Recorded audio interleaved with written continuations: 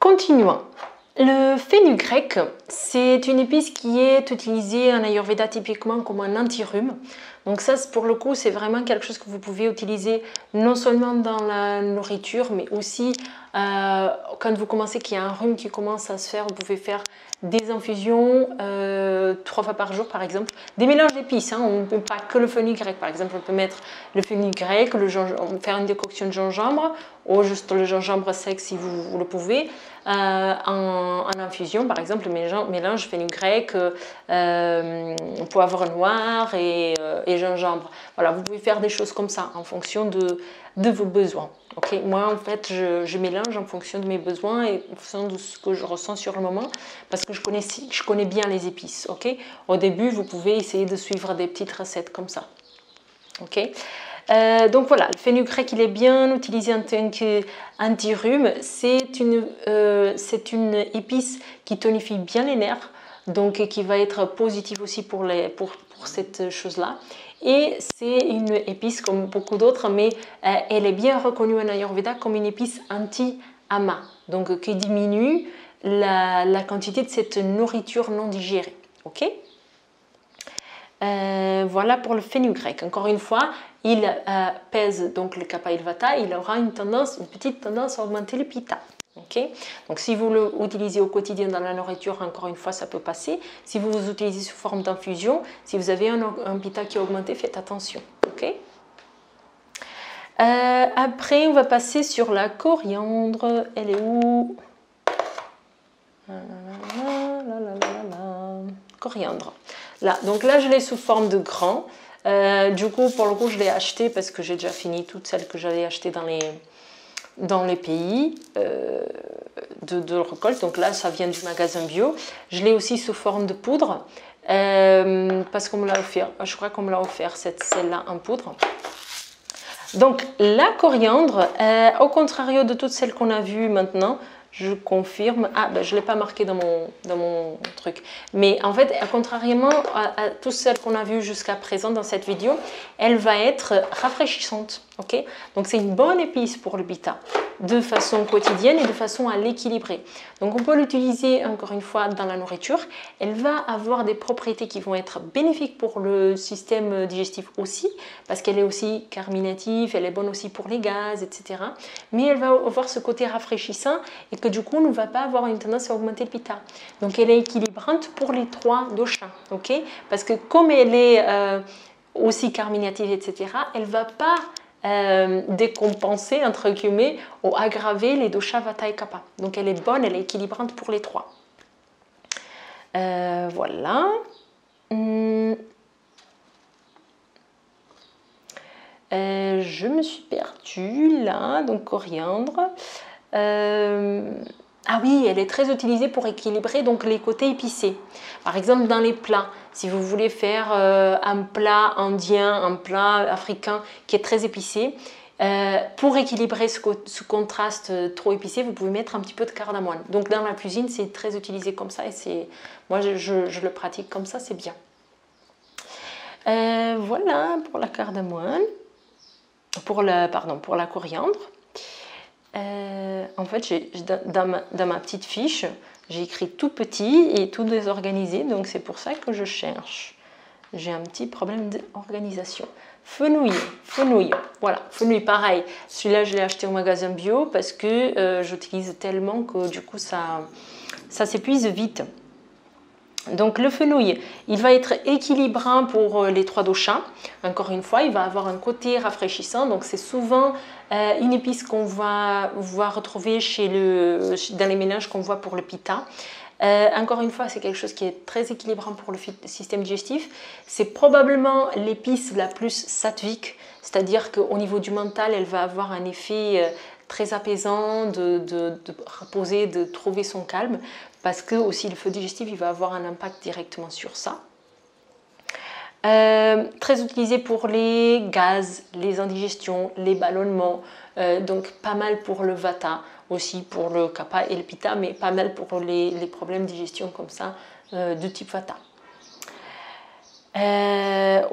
Voilà, hop, on pose le fenouil. J'essaye du coup maintenant de suivre la liste que j'ai fait pour essayer de parler de toutes les épices.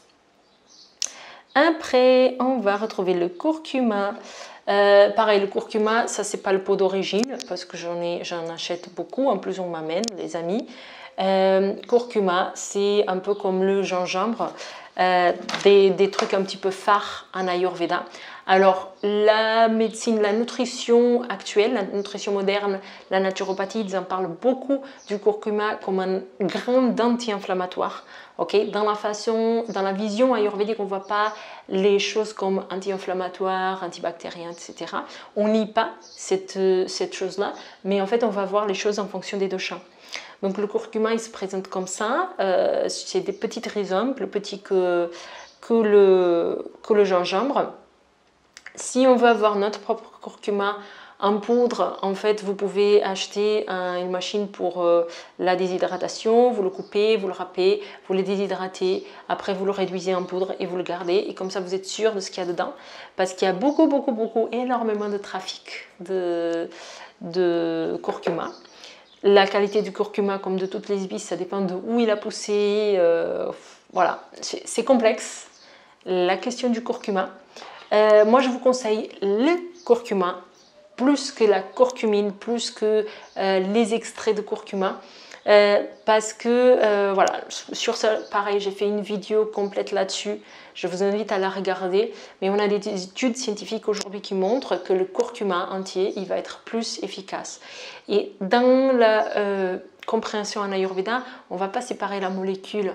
Donc, il n'y a pas vraiment de sens pour nous de mettre la curcumine, utiliser que la curcumine comme extrait anti-inflammatoire. On va utiliser le curcuma tout entier.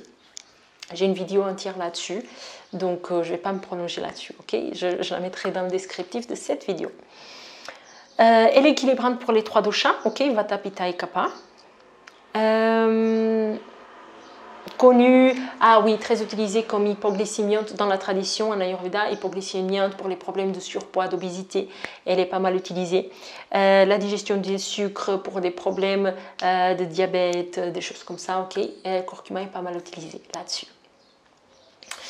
Le cumin, c'est une épice pareille que j'adore, donc visiblement j'en ai plus beaucoup parce que j'en ai plein.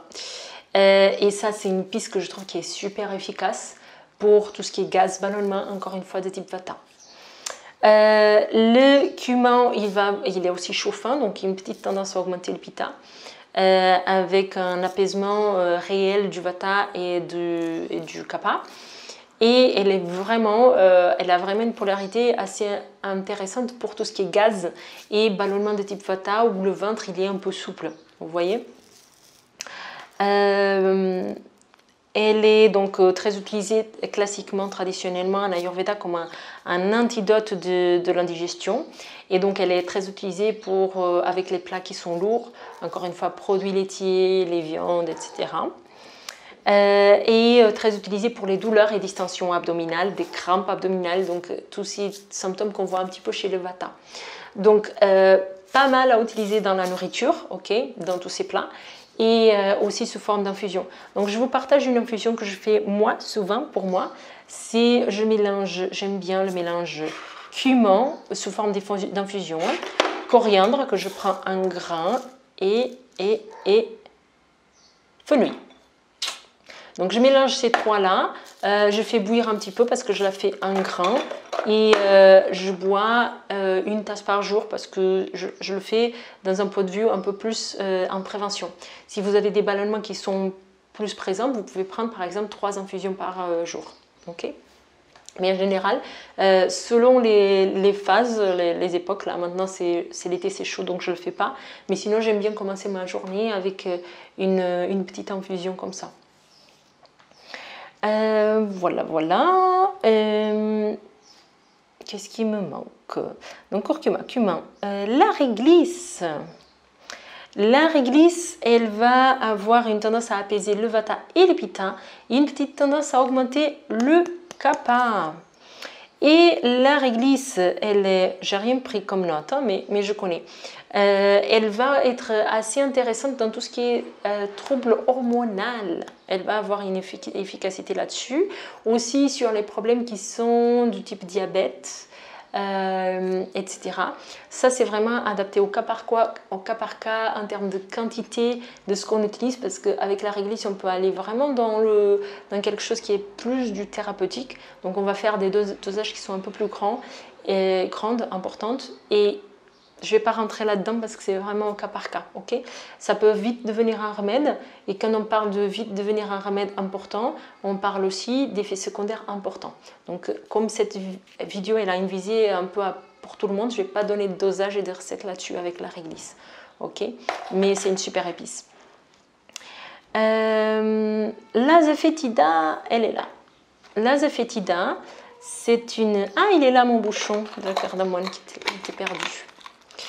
Alors, l'azafétida, c'est une épice traditionnelle en Ayurveda. C'est ce qu'on traduit par férule persique. Ça a une odeur très forte, un goût très fort que j'estime moi personnellement très désagréable. Donc, que j'utilise pas beaucoup, qu'on ne retrouve pas chez nous, que ça vient de l'Inde et qui est très très utilisé. Et c'est probablement l'épice anti-vata. Okay, l'épice qui équilibre beaucoup le vata. Donc, je l'ai quand même chez moi. Si je trouve que j'ai des déséquilibres vata, je l'utilise sous forme pour apaiser, donc sous forme d'infusion. Ou parfois, je peux l'utiliser dans la nourriture. Je ne l'utilise pas en systématique sur la nourriture parce que j'aime vraiment pas le goût de ça. Je ne pense pas que vous avez besoin de l'acheter. Moi, je l'ai acheté parce que j'étais en Inde et que c'était comme ça. Vous pouvez, bien sûr, sur Internet, aujourd'hui, on trouve de tout, donc vous pouvez la commander. Mais je pense que ce n'est pas nécessaire parce qu'avec toutes les autres choses qu'on a, on arrive à équilibrer le vata d'autres façons.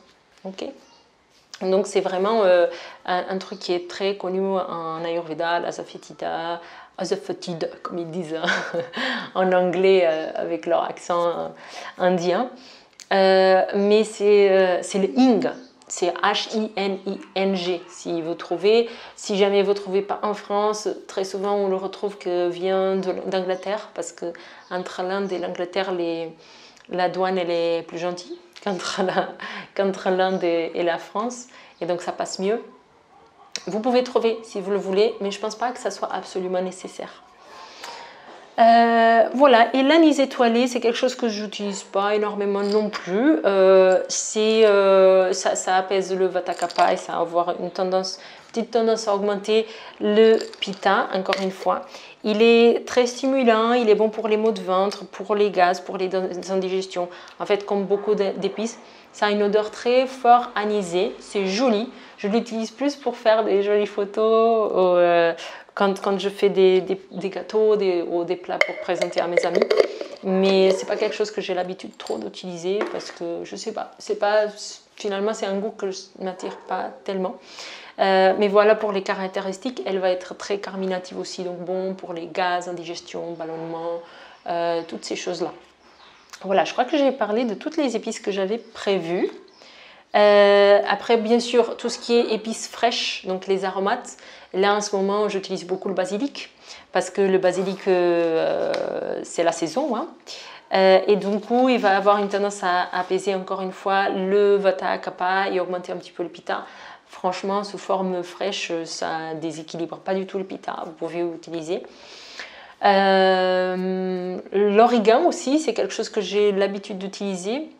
Sous forme sèche aussi, c'est quelque chose qui est pour le coup bien de chez nous. Encore une fois, il va avoir une petite tendance à augmenter le pitta. Et voilà, et après il y a les mélanges. Donc on me demande souvent le curry, le masala, tout ça. Donc ça c'est des mélanges d'épices. Okay, donc là par exemple j'ai un masala. Il n'y en a pas une recette de masala, il y en a plein. Du coup, très difficile à vous dire quel est le dosha que ça augmente parce que c'est un mélange d'épices. Okay. Le curry, c'est pas une épice, c'est un mélange d'épices. Ou l'épice principale, en général, c'est donc le curcuma et c'est pour ça qu'il y a cette couleur orangée. Dans les currys, vous en avez plein de différents. Selon les endroits d'où ça vient, vous allez le retrouver plus épicé que d'autres. Voilà, il n'y a pas une recette, il y en a plein. Et voilà, j'espère que cette vidéo vous a plu. Doit être hyper longue, je regarderai après.